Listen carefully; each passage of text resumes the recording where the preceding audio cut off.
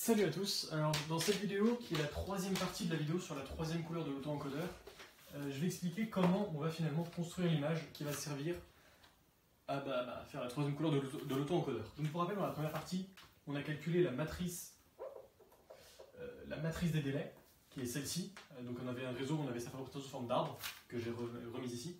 Donc dans la première partie, on a calculé la matrice des délais en utilisant l'algorithme de parcours de l'arbre classique. Dans la deuxième partie, on a calculé le vecteur phi des erreurs sur les températures, ou plutôt des heuristiques d'erreurs sur les températures. Donc ils sont associés à chaque fois, l'erreur normalisée de A est associée à la température de A, l'erreur normalisée B à la température B, l'erreur normalisée T int à la température T int.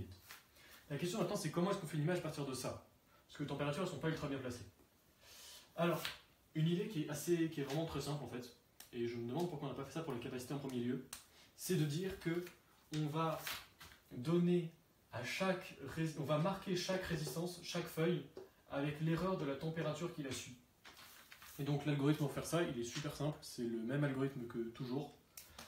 On utilise la droite et la gauche, et on va parcourir notre arbre, et on va mettre gauche et droite, c'est logique. Comme ça on a la gauche et gauche. Gauche, droite. Et on va parcourir notre arbre en marquant à chaque fois les feuilles avec la couleur de droite sur laquelle on tombe. Par exemple, on commence ici. Donc SA, c'est une liaison de série.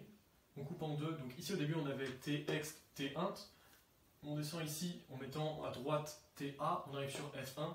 On marque F1 avec la couleur, avec l'erreur de TA. Donc ici, on va mettre epsilon NA. On a fini.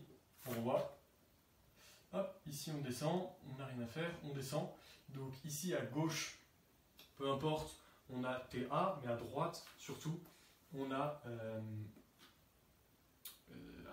T int. Donc ici, on va marquer ça avec epsilon n int.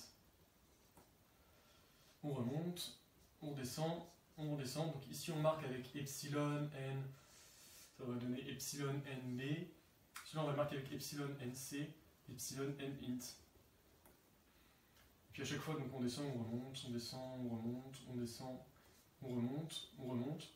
On descend ici, on descend ici, on descend ici.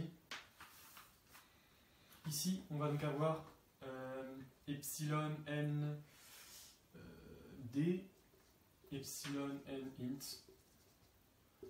On remonte, on descend, on remonte. On descend, ici on va avoir epsilon n int.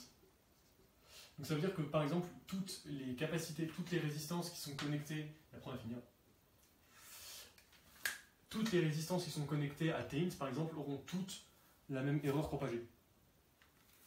Donc c'est logique puisqu'on propage l'erreur qui suit en fait. Donc pourquoi pas. Dans ce cas-là, il y en a beaucoup, mais il y a des cas où il y en aurait moins, peu importe. C'est juste là la configuration, on a tout qui est relié en parallèle sur T int à la fin. Bon. Ça pourrait être autre chose. Mais par exemple, là dans cette configuration, la résistance F1 ici prendra une grosse place sur l'image. Oui, parce que du coup, on va couper l'image comme on la couperait d'habitude pour